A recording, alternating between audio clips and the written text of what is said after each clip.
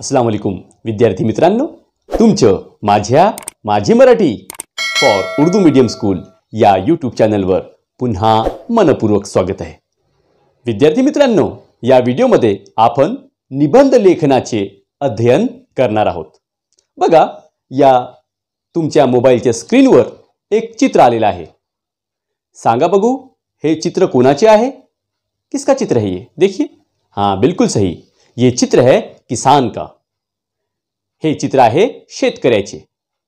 तर विद्यार्थी मित्रांनो, आपण या व्हिडिओमध्ये शेतकऱ्याची आत्मकथा किंवा शेतकऱ्याचे आत्मवृत्त हे निबंध आपण अध्ययन करणार आहोत। विद्यार्थी मित्रांनो, या अगोदर आपण नदीचे आत्मवृत्त ह्या निबंधाचे अध्ययन केलेले आहे। जर तुम्ही हा निबंध बघितला नसेल तर या व्हिडिओच्या डिस्क्रिप्शनमध्ये नदीचे आत्मवृत्त या निबंधाची लिंक आपणास शेअर करण्यात येत आहे। तुम्ही त्याद्वारे तो निबंध बघू शकता। विद्यार्थी मित्रांनो, निबंध तुम्हाला परीक्षेमध्ये 4 ते 5 गुणांसाठी विचारले जाते। तो बच्चों, हम शुरुआत करते हैं शेतकऱ्याचे आत्मवृत्त किंवा शेतकऱ्याची आत्मकथा। चला बघा, स्क्रीनवर चित्र आलेलं आहे। बच्चों, मैं आपको संपूर्ण निबंध का स्पष्टीकरण आपको समझाने वाला हूं, आप लोग ध्यान देंगे। बच्चों, जब भी कोई निबंध हमें लिखना होता है तो शुरुआत उस रिलेटेड टॉपिक्स में कोई कविता लिखने से, उसी भाषा की कविता की 2 पंक्तियां लिखने से ज़्यादा प्रभावी होता है। तो देखिए, यहाँ पे निबंध की शुरुआत हमने 2 पंक्तियों से करे है। बळकट असता शेतकरी होईल उन्नति घरोघरी। कि जब किसान ताकतवर हो जाता है, बड़कट हो जाता है, आत्मनिर्भर हो जाता है, फिर उन्नति हर घर में हो जाती है। तो बच्चों, आत्मकथन मतलब क्या होता है? तो आत्मकथन मतलब कि वो व्यक्ति या चीज खुद होके अपने आप को बयान कर रही है, अपनी स्थिति बयान कर रही है। इस तरह से हमें निबंध ये लिखना होता है। तो अब शेतकऱ्याचे आत्मकथन यानी अब हमें क्या बनना है? अब हमें शेतकरी बनना है, किसान बनना है। अब हमें किसान बनकर ये निबंध को लिखना है। तो देखिए बच्चों, अब करते हम अपने निबंध की शुरुआत। लोक हो, मी एक अल्पभूधारक शेतकरी आहे। मी या भूमीचा पुत्र आहे। ही माती माझी आई आहे। वर्षानुवर्षे शेतात खपून घाम गळून मी धान्य पिकवतो। मी तुम्हा सर्वांचा नम्र सेवक आहे। आज मी तुमच्यापाशी माझे मनोगत व्यक्त करत आहे। आपला हा देश कृषी प्रधान आहे। कसेल त्याची जमीन असा कायदा झाला। हेतू हा की शेतात राबणारा शेतकरी जमिनीच्या खऱ्या अर्थाने मालक व्हावा। चलो समझ लेते हैं। लोक हो, मी एक अल्पभूधारक शेतकरी आहे। अब एक किसान आपसे बात कर रहा है या हमें बता रहा है। क्या बोल रहा है? लोक हो या लोगो, मैं एक अल्पभूधारक किसान हूं कि जिसके पास बहुत ही कम जमीन है। मी या भूमीचा पुत्र आहे, और मैं इस जमीन का, इस भूमि का पुत्र हूं, संतान हूं। ही माती माझी आई आहे, और ये मिट्टी मेरी मां है। वर्षानुवर्ष शेतात खपून घाम गाळून मी धान्य पिकवतो। सालों साल मेहनत करके, खेत में कस के मेहनत करके, जम के मेहनत करके मैं अनाज पिकाता हूं या उगाता हूं। मी तुम्हा सर्वांचा नम्र सेवक आहे, और मैं तुम सभी का नम्र सेवक हूं, नौकर हूं। आज मी तुमच्यापाशी माझे मनोगत व्यक्त करणार आहे, और आज मैं आप लोगों के समक्ष, आप लोगों के सामने अपना मनोगत या अपनी आत्मवृत्त मैं बयान करने जा रहा हूं। आपला हा देश कृषि प्रधान आहे। आपको पता है कि हमारा देश ये कृषि प्रधान देश है। कसेल त्याची जमीन असा कायदा झाला कि जो किसान खेती करेगा, जिस जगह पे वो खेती करेगा, उसे उसकी वो जमीन मानी जाएगी। ये कायदा पास हुआ। हेतू हा की शेतात राबणारा शेतकरी जमिनीच्या खऱ्या अर्थाने मालक व्हावा। और इस कायदे का या इस कानून का अर्थ ये था कि जो व्यक्ति इस जमीन पर मेहनत करेगा वो उसका मालक कहलाएगा या बन जाएगा। चलो बच्चों, अब हम देखते हैं नेक्स्ट पॅराग्राफ। शेतकऱ्यांची सावकाराकडून होणारी पिळवणूक बंद करण्यात आली व बँकांमार्फत शेतकऱ्यांना मदत देऊ करण्यात आली। या साऱ्या गोष्टींचा गाजावाजा भरपूर झाला, पण सामान्य शेतकऱ्यांपर्यंत या साऱ्या योजना खरोखरीच पोहोचल्या आहेत का, याची कुणी कधी खात्री करून घेतली आहे का? त्यातच निसर्गाचा लहरीपणा, कधी अवर्षण तर कधी अतिवर्षाव। चला आता आपण समजून घेऊ। शेतकऱ्यांची सावकाराकडून होणारी पिळवणूक बंद करण्यात आली कि जो सावकार होते थे उनके जरिए जो किसानों की यानी पिळवणूक होती थी, उनको तकलीफ दी जाती थी, उनकी लूट की जाती थी, वो बंद की गई है। वो बँकांमार्फत शेतकऱ्यांना मदत देऊ करण्यात आली और बैंकों के जरिए शेतकरियों को, किसानों को मदद दी जाने लगी। या साऱ्या गोष्टींचा गाजावाजा भरपूर झाला और ये सब बातों का गाजावाजा मतलब बहुत प्रसिद्धि से ये सब चीजें इन्हें लोगों को बताई जाने लगी, पण सामान्य शेतकऱ्यांपर्यंत या साऱ्या योजना खरोखरीच पोहोचल्या आहेत का, याची कुणी कधी खात्री करून घेतली आहे का? अब किसान हमसे पूछ रहा है कि ये जितनी भी योजनाएं, जितने भी प्लान्स शेतकरियों के लिए अमल में लाए जाते हैं तो ये सही तरीके से उन गरीब किसानों तक पहुंचते हैं या नहीं, इसकी खात्री किसी ने की है कि नहीं? त्यातच निसर्गाचा लहरीपणा, कधी अवर्षण तर कधी अतिवर्षाव, और ऊपर से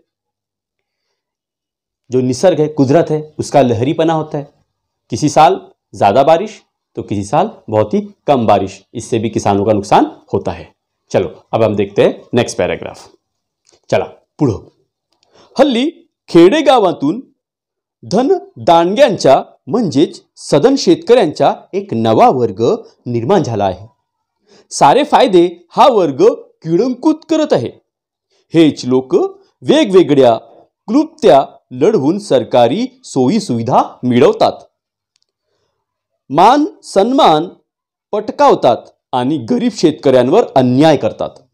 त्यामुळे धनिक शेतकरी अधिक श्रीमंत होत आहेत, तर गरीब शेतकरी हा अधिकच कंगाल जीवन जगत आहे।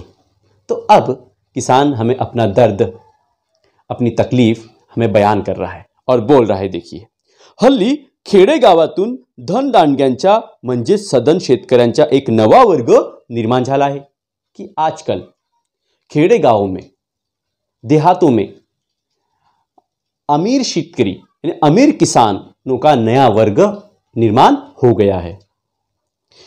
सारे फायदे हा वर्ग गिळंकृत करीत आहे और सारे फायदे जो सरकार हमें देती है ये अमीर शेतकरी वर्ग ले रहा है, गरीब किसान तक ये सुविधाएं नहीं पहुंच रही है। हेच लोक वेगवेगळ्या कृत्या लढवून सरकारी सोयी सुविधा मिळवतात और ये सब श्रीमंत शेतकरी, अमीर किसान अलग अलग तरह की योजनाएं रचकर ये सब अपने आप में वो सब योजनाएं वो गिळंकृत कर लेते हैं, ले लेते हैं, उसका फायदा उठा लेते हैं। मान सन्मान पटकवतात आणि गरीब शेतकऱ्यांवर अन्याय करतात, मान सन्मान प्राप्त करते हैं और गरीब किसानों पर अन्याय करते हैं। त्यामुळे धनिक शेतकरी अधिक श्रीमंत होत आहेत, तर गरीब शेतकरी हा अधिकच कंगाल जीवन जगत आहे। तो इस तरह से कि जो अमीर किसान है वो ऐशो आराम से जिंदगी जी रहे हैं और गरीब किसान पे अन्याय हो रहा है। चलिए नेक्स्ट पॅराग्राफ। गरीब शेतकऱ्याने पिकवलेल्या मालाला काही वेळा योग्य भाव येत नाही, मग तो त्याच्या गरजा भागविण्यासाठी कर्ज घेतो व कर्जबाजारी होतो। मग कर्जफेड कशी करणार, हप्त्यांचा तकादा लागतो। जेव्हा शेतकरी दुष्काळग्रस्त होतो तेव्हा त्याच्यावरील संकट अधिकच मोठे होते। शेवटी काही जण आत्महत्येचा मार्ग स्वीकारतात, कर्जबडी ठरतात। तो अब इस पैराग्राफ में किसान अपनी आत्मकथा बताते हुए हमें बता रहा है कि किस प्रकार से गरीब शेतकरियों पे अन्याय होता है, उसकी पीड़ानुक होती है और किस तरह से वो लोग आत्महत्या के लिए प्रवृत्त होते हैं। देखते हैं, गरीब शेतकऱ्याने पिकवलेल्या मालाला काही वेळा योग्य भाव येत नाही। तो गरीब किसानों ने जो माल पिकाते हैं, जो सब्जी भाजियां वो उगाते हैं, कभी कभी उसे सही माल का भाव नहीं मिलता। मग तो त्याच्या गरजा भागविण्यासाठी कर्ज घेतो, फिर वो अपनी जरूरतें पूरी करने के लिए कर्ज लेता है। वह कर्जबाजारी होतो और कर्जबाजारी हो जाता है। मग कर्जफेड कशी करणार? फिर उसके सामने एक सवाल उठता है कि कर्जफेड मतलब वो कर्ज कैसे चुकाए, ऐसा सवाल उसके सामने निर्माण हो जाता है। हप्त्यांचा तकादा लागतो। जेव्हा शेतकरी दुष्काळग्रस्त होतो तेव्हा त्याच्यावरील संकट अधिकच मोठे होते। दुष्काळग्रस्त मतलब सूखा पड़ना, ज़्यादा बारिश से दुष्काल पड़ना, तो ऐसी स्थिति जब निर्माण होती है तो उस समय किसान और ज़्यादा परेशान होता है और ज़्यादा कर्जबाजारी हो जाता है। शेवटी काही जन आत्महत्येचा मार्ग स्वीकारतात और आखिरकार कुछ गरीब किसान आत्महत्या का मार्ग स्वीकार लेते हैं, सुसाइड कर लेते हैं, कर्जबरी ठरतात मतलब कर्ज की वजह से वो अपनी जिंदगी समाप्त कर देते। चला पुढं, स्वतःचे शेत नसलेल्या मजुराचे हाल तर विचारूच नका। त्याला धड मजुरी देखील दिली जात नाही, त्याला वेठबिगारीपणासारखे राबवून घेतले जाते। पावसाळ्यात हे शेतमजूर कसे जगतात याचा तुम्ही कधी विचार केला आहे? सारे राष्ट्र ज्यांच्या कष्टावर जगते तो गरीब शेतकरी उपाशी आहे, याची देशवासियांना कल्पना ही नसेल। देखिए, किसान अपना दर्द बयान कर रहा है। हम किसान हैं, अब हम उसका दर्द बयान कर रहे हैं। देखिए किस तरह से, स्वतःचे शेत नसलेल्या मजुरांचे हाल तर विचारूच नका, कि ऐसे भी मजदूर होते हैं कि जिनके पास में ज़मीन या खेती नहीं होती, उनके हाल तो पूछो ही मत, उनकी अवस्था तो और दयनीय है। त्याला धड़ मजूरी देखील दिली जात नहीं और उसे धड़ सही तरीके से उसकी मजदूरी भी नहीं दी जाती। त्याला वेठबिगारी सारखे राबवून घेतले जाते। वेठबिगारीपना मतलब काम पूरा करवाना लेकिन काम के बदले पे उसे पैसा न देना, उसे कहते हैं वेठबिगारी। तो ऐसे जो मजदूर होते हैं कि जिनके पास ज़मीन नहीं है, उनसे सिर्फ काम लिया जाता है और उन्हें उसका मुबदला नहीं दिया जाता। पावसाळ्यात हे शेतमजूर कसे जगतात याचा तुम्ही कधी विचार केला आहे? अब किसान पूछ रहा है कि बारिश में ये अल्पभूधारक शेतकरी और मजदूर हे कसे जीवन जगतात याचा कधी तुम्ही विचार केला आहे का? आपने कभी ये बारे में सोचे है? सारे राष्ट्र ज्यांच्या कष्टावर जगते तो गरीब शेतकरी आज उपाशी आहे। हाँ, सारा राष्ट्र, संपूर्ण राष्ट्र, सारा देश जिस शेतकरी के वजह से अनाज खाता है या खा रहा है, आज वो किसान, वो मजदूर उपाशी है, भूखा है। याची देशवासियांना कल्पना ही नसेल, इसकी देशवासियों को कोई कल्पना ही नहीं है। देखिए कितनी दर्द भरी दास्तान ये शेतकरी हमें सुना रहा है। लास्ट पैराग्राफ, या सामान्य शेतकऱ्यांकडे व शेतमजुरांकडे सरकारने तसेच शहरी नागरिकांनी देखील लक्ष देणे आवश्यक आहे। खरे भूमिपुत्र असलेले आम्ही गरीब आहोत।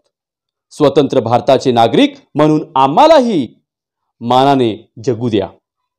जय जवान जय किसान ही घोषणा सार्थ होण्यासाठी योग्य असे जीवन आम्हा सामान्य किसानांना लाभू द्या, एवढीच आमची मागणी आहे। अब देखिए कि किसान हमसे क्या रिक्वेस्ट कर रहा है, क्या करने को हमें बोल रहा है, वो देखिए। या सामान्य शेतकऱ्यांकडे व शेतमजुरांकडे सरकारने तसेच शहरी नागरिकांनी देखील लक्ष देणे आवश्यक आहे। और आज सरकार ने, गवर्नमेंट ने और जो शहरी लोग हैं, इन्होंने हम किसानों के तरफ ध्यान देना बहुत ज़रूरी हो गया है। खरे भूमिपुत्र असलेले आम्ही गरीब आहोत और सच्चे भूमिपुत्र जो हम हैं, ज़मीन के पुत्र है, ज़मीन की औलाद है, वो आज हम गरीब हैं. स्वतंत्र भारताचे नागरिक म्हणून आम्हालाही मानाने जगू द्या. कि स्वतंत्र भारत के हम भी एक नागरिक हैं, तो इसलिए हमें भी स्वतंत्रता से, आज़ादी से हमें जगने दो. जय जवान जय किसान ही घोषणा सार्थ होण्यासाठी योग्य असे जीवन आम्हा सामान्य किसानांना लाभू द्या. कि जो घोषणा दी गई है जय जवान जय किसान, इस घोषणा के अनुसार हमें भी मान सम्मान से इस भारत देश में रहने दो, जीने दो. एवढीच आमची मागणी आहे और इतनी ही हमारी डिमांड है, हमारी मांगनी है. और अंत में एक दो पंक्तियां लिख देंगे हम. जय जवान जय किसान जय विज्ञान जय हिंद. तो इस तरह से बच्चों हमें अपना निबंध पूरा करना है और इस निबंध में जिस किसान का हमने आत्मवृत्त लिखे है वो किसान हमें बनना है और वो किसान बनकर हमें अपना निबंध लिखना है. बच्चों अगर आपको ये संपूर्ण निबंध समझ आया है तो इसका स्क्रीनशॉट लेकर आप लोग अपनी कॉपी में लिख लेंगे और वीडियो को लाइक करेंगे. Thank you.